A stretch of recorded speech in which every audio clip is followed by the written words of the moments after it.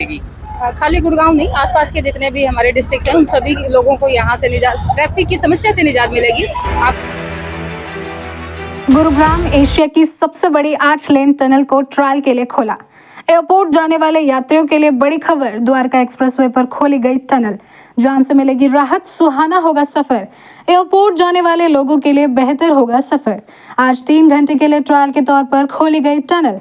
Trial सफल रहा तो आने वाले दिनों में समय में किया जाएगा बदलाव। द्वारका एक्सप्रेसवे पर बनी नई टनल आज से शुरू हो गई है।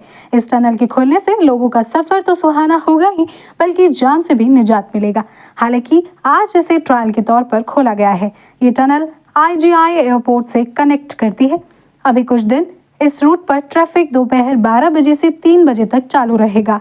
ट्रैफिक पुलिस का कहना है कि ये टनल द्वारका एक्सप्रेसवे को दिल्ली जयपुर हाईवे से जोड़ेगी और इसमें 3.6 किलोमीटर की मुख्य सुरंग और 1.5 किलोमीटर की 2 लेन वाली सुरंग शामिल हैं। अधिकारियों की माने तो ट्रायल के दौरान कहीं भी कमी न मिलने पर अगले सप्ताह से दोनों टनल को स्थायी रूप से चालू कर दिया जाएगा। दरअसल दिल्ली के महिपालपुर में शिव मूर्ति के सामने से लेकर गुरुग्राम में खिड़की दौला टोल प्लाजा तक द्वारका एक्सप्रेसवे का निर्माण किया गया है। NHAI इस ट्रायल के माध्यम से ट्रैफिक पैटर्न, सुरक्षा उपायों समेत कई बिंदुओं का आकलन कर रहा है। अगर ये ट्रायल सफल रहता है तो जल्द ही इस टनल को स्थायी रूप से खोल दिया जाएगा।